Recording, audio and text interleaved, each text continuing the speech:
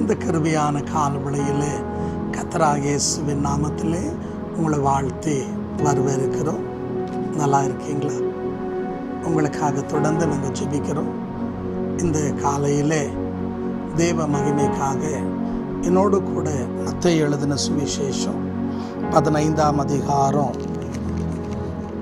21ஆம் வசனத்திலிருந்து 28ஆம் வசனம் வரைக்கும் தேவ மகிமைக்காக வாசித்து பாருங்கள். கானானிய ஸ்திரியை குறித்து வேதம் பேசுகிறது. அந்த தாயாருடைய மகன் நீண்ட காலமாக அசுத்தாவினாலே பாதிக்கப்பட்டு அந்த பிள்ளையினுடைய எதிர்காலமே கேள்விக்குறியா காணப்படுகிற வேளையில் ஆண்டவராகிய இயேசு கிறிஸ்து அன்பான தேவஜனமே சீதோன் பட்டணத்துக்கு சீதோன் பட்டணத்துக்கு வருகிறார் என்று கேள்விப்பட்டவுடனே இந்த கானானிய ஸ்திரீ அவருக்கு பின்னே வந்து, தாவீதின் குமாரனே எனக்கு இறங்கும் அப்படின்னு சொல்லி ஆண்டவரை பார்த்து சத்தமிடுகிறார். ஆண்டவர் கண்டுக்காம அவர் ஜனக்கூட்டத்தின் மத்தியிலே போகிறார். சீஷருங்க வந்து சொல்கிறாங்க, ஐயா அந்த அம்மா கத்திட்டே வராங்கோ, அவங்களுக்கு ஒரு அற்புதத்தை செய்யுங்க. ஆண்டவர் சொன்னார், காணாமல் போன இஸ்ரவேல் குடும்பத்தாரிடத்துல நான் வந்தேன் அப்படின்னு சொல்லி. ஆனால் அந்த தாயார் பின்னிட்டே வந்தாங்க. அப்போ ஆண்டவர் சொல்கிறாரு, பிள்ளைகளுடைய அப்பத்தை நான் நாய்க்குட்டிகளுக்கு போட மாட்டேன் அப்படின்னு சொல்லி. உடனே அந்த அம்மா சொல்கிறாங்க, ஆமாம் ஆண்டவரே, மேஜையிலேருந்து கீழே விழுற துணிக்க நாய்க்குட்டி தான் சாப்பிடும் அப்படின்னு சொல்லி. இந்த வார்த்தை ஆண்டவர் கேட்ட உடனே ஆச்சரியப்பட்டார். ஏன்னா அந்த அம்மாவுக்குள்ள ஒன்று தாழ்மை இருந்தது, ரெண்டாவது கீழ்ப்படுதல் இருந்தது, பிரதானமாக விசுவாசம் இருந்தது. பாருங்க, அவங்களுடைய விசுவாசம் என்னன்னா, எப்படியாவது ஆண்டவர் என்னங்க ஒரு வார்த்தை சொல்லிட்டாருன்னா வீட்டில் இருக்கிற என் மகன் சுகமடைவா. ஏன்னா ஆண்டவரை குறித்து அவர் செஞ்ச அற்புதம் அடையாளங்கள் ஏராளம், அதை கேட்டிருப்பான்னு நினைக்கிறேன். ஆகையால் தான் விடா முயற்சியாக பின்னிட்டே வந்தா.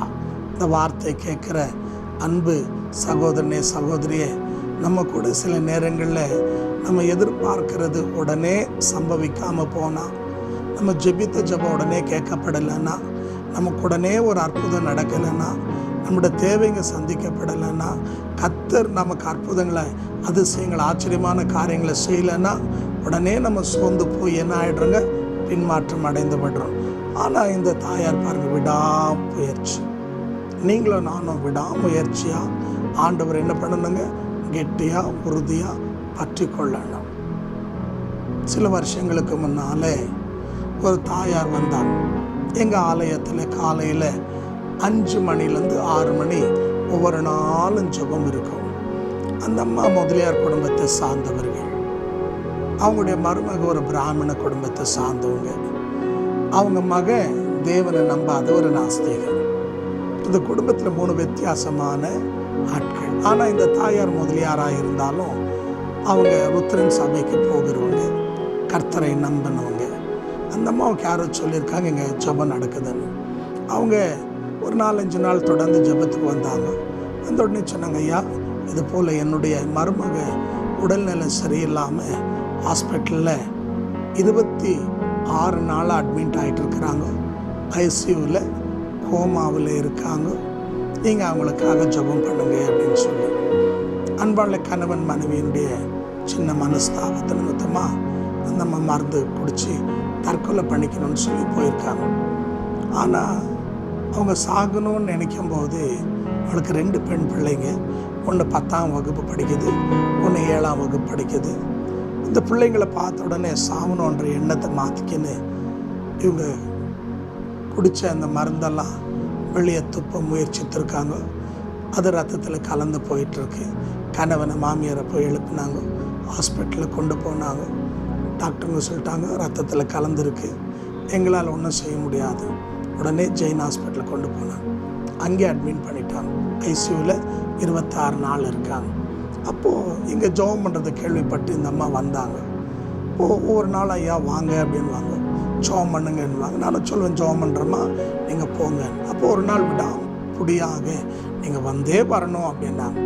நான் ஆண்டுட்டு சொன்னேன், ஆண்டரே நீங்கள் அனுப்புனா நான் போகிறேன். ஆண்டரே ஆவியில் ஒரு சமாதானத்தை கொடுத்தார். நான் அந்த இடத்துக்கு போனேன். போன உடனே நர்ஸ் என்னை பார்த்தோன்னு சொன்னாங்க, ஐசியில் இருக்காங்க, சத்தம் போட்டு ஜெபம் பண்ணக்கூடாது அப்படின்னு சொல்லிட்டு. அன்பான தெய்வ ஜனமே, ஹாஸ்பிட்டலில் போய் நான் சொன்னேன் நர்ஸுக்கு, நான் ஜெபம் பண்ணால் என் சத்தம் உங்களுக்கு கூட கேட்காது, அவ்வளோ மெல்லியமாக ஜெபம் பண்ணுறேன்னு சொல்லி அந்த அம்மா தாயாருடைய காதில் சுயநலவற்ற நிலையில் இருக்காங்க. காதில் போய் ஜெபம் பண்ண ஆரம்பித்தேன். நான் கண்ணை மூடி இறுக்கி கண்ணை மூடி ஜெபம் பண்ணிட்டு இருக்கிறேன். நர்ஸு கத்த ஆரம்பித்தாங்க. என்னன்னு பார்த்தா நர்ஸை கேட்டேன், ஏன் நீ கத்துற அப்படின்னா அந்த நர்ஸ் சொன்னாங்க, 27 நாள் ஆகுது நீங்கள் ஜெபம் பண்ணும்போது அந்த அம்மா சரீரம் இப்படி ஆறிடுனது. கொஞ்ச நேரம் ஜெபம் பண்ணிகிட்டே இருக்கிறேன். அவங்க கொஞ்சம் பார்வை அப்படியே கண்ணை திறந்து என்ன பார்த்தாங்க. 26 நாள் பேச்சு மூச்சு இல்லை, சுயநலவு இல்லை, ஐசியூவில் இருந்தாங்க. ஆனால் என்ன காரணம்னா அந்த வயதான தாயார், அந்த மாமியார் ஒரு நாளும் விடாமுயற்சியாக வந்து ஜெபம் பண்ணுங்கன்னு வாங்க. கடைசியில் ஒரு நாள் ஹாஸ்பிட்டலுக்கு கொண்டு போனாங்க. அந்த அம்மாவுடைய விசுவாசத்தை கர்த்தர் பார்த்து அந்த மரண படுக்கையில் இருக்கிற தாயாரை கர்த்தர் குணமாக்கினார். எதுக்கு இதை சொல்கிறேன்னா, இன்றைக்கி நீங்கள் கூட தேவ பிள்ளைங்களாக இருக்கலாம். உங்களுடைய சூழ்நிலைகளுக்கு அன்பான தேவச்சனமே கைமீறி போய் என்ன செய்யணும்னு தெரியாத நிலையில் காணப்படலாம். ஆனால் ஒன்றுங்க, இந்த கானானிய ஸ்திரீ கூட அப்படி தான் இருந்தா. ஆனால் விடாமுயற்சி, சோர்ந்து போகல, பின்மாற்றம் அடையலை. உலகம், மனுஷன், சொந்தம், இனம், சூழ்ந்திருக்கிறவங்க என்ன சொல்கிறாங்க அதை குறித்து கவலைப்படலை. ஆனால் அந்த அம்மாக்குள்ள ஒரு நம்பிக்கை. நீங்கள் வாசித்து பாருங்கள், மத்தேயு 15ஆம் அதிகாரம் 28ஆம் வசனம் வாசித்து பாருங்கள். ஆண்டவராகிய இயேசு அந்த தாயை பார்த்து சொல்கிறார், அம்மா உன் விசுவாசத்தின்படி உனக்கு ஆக கிடவது, நீ சமாதானத்தோடு போ. அந்த நேரமே வீட்டில் அசுத்தாவியில் பிடிக்கப்பட்டிருந்த பிள்ளை சுகம் அடைஞ்சான். காரணம் என்னென்னா, ஒன்று விசுவாசம், 2வது விடாப்பிடி. ஆண்டவர் செய்கிற வரைக்கும் நான் விட மாட்டேன். இந்த வார்த்தை கேட்குற நீங்கள் கர்த்தரை விடாப்பிடியா நீங்கள் தேவனை பற்றி கொண்டால் கண்டிப்பாக ஒருவேளை தாமதமாகலாம், ஆனால் தடைப்படாது. அற்புதம் நடக்கும், சூழ்நிலைகள் மாறும், உங்கள் சிறையிருப்பை கர்த்தர் மாற்றுவார், உங்கள் கண்ணீர்கள் துடைக்கப்படும், உங்கள் துக்கம் சந்தோஷமாக மாறும். நீங்கள் தலை குனிஞ்ச இடத்துல தலை நிமிருவீங்க, விழுந்த இடத்துல எழுந்து நிற்பீங்க. இழந்து போன எல்லாவற்றையும் கர்த்தர் உங்களுக்கு பல மடங்காக திருப்பி தருவார். எத்தனை பேர் விசுவாசிக்கிறீங்க? இருக்கிற இடத்துல தலைகளை தாழ்த்தி கண்களை மூடி ஜெபிப்போமா? எங்களை கிருபையாய் நேசிக்கிற நல்ல ஆண்டவரே, அருமையான தேவரீர், இந்த காலையில் சமீபத்திலும் தூரத்திலும் தேவ வார்த்தை கவனிக்கிற அன்பு தேவ ஜனங்களுக்காக ஜெபிக்கிறேன் தகப்பனே. அவளை குடும்பமாக, தனிப்பட்ட நபராக, ஆவிக்குரிய வாழ்க்கையில் தொட்டு ஆசீர்வதியும். இந்த கானானிய ஸ்ரீ எப்படி விசுவாசத்தோடு விடாப்பிடியாக உம்மை பின்பற்றி வந்து தன் ஆசீர்வாதத்தை பெற்றுக்கொண்டாலோ, அதே போலவே இன்றைக்கி சோர்ந்து போன, பின்மாற்றம் அடைந்த, பிசாசுக்கு இடம் கொடுத்த ஆண்டவரே, இன்றைக்கி கண்ணீரோடு வேதனையோடு ஜெபிக்கிற என் அன்பு தேவ ஜனங்களை தொட்டு ஆசீர்வதித்து அவளுடைய சிறையிருப்புகளை மாற்றும், அவளுக்கு அற்புதங்களை செய்யும். ஆண்டவரே, தெய்வீக அன்ற சுகத்தை, அற்புதத்தை கட்டளிடும். பிசாசின் பிடியில், மாந்திரிக வல்லமையில், செய்வினையில், அசுத்தாவின் கிரியைகளால் கட்டப்பட்டிருக்கிற எல்லா தேவ ஜனங்களை இயேசுவின் நாமத்தில் இப்பொழுதே ஆண்டவரை நீர் முற்றிலுமாய் விடுதலை செய்யும். எங்களிடத்தில் வெள்ளியும் பொண்ணும் இல்லை, இயேசுவின் நாமத்தில் எழுந்து நடன பேதர் சொன்னது போல சமீபத்திலும் தூரத்திலும் இந்த வார்த்தை கேட்குற ஒவ்வொரு தேவ பிள்ளைகளுக்குள்ள இப்பொழுதே ஜீவன் உண்டாவதாக. பூரண சுகபலனை தந்து ஆசீர்வதியும், தழும்புகளால் சுகமாக்கும். அற்புதங்களை செய்ததுக்காக நன்றி. தொடர்ந்து வழி நடத்துங்க. வேலை இல்லாத மக்களுக்கு வேலை வாய்ப்பை தாரும் ஆண்டவரே. படிக்கிற பிள்ளைகளுக்கு புத்தி, அறிவு, ஞானத்தை தாரும். வியாபாரத்தில் நஷ்டத்தோடு இயங்கி கொண்டிருக்கிற ஒவ்வொரு பிள்ளைகளுடைய பிரயாசங்களை இயேசுவின் நாமத்தில் ஆசீர்வதிப்பீராக. குடும்பத்தில் சமாதானம் இல்லாமல், நிம்மதி இல்லாமல், வேதனையோடு இருக்கிற என் அன்பு தேவ ஜனங்களை தொட்டு அவளை ஆசீர்வதி, அற்புதங்களை செய்யும் இயேசுவின் நாமத்தில் பிதாவே, ஆமென்.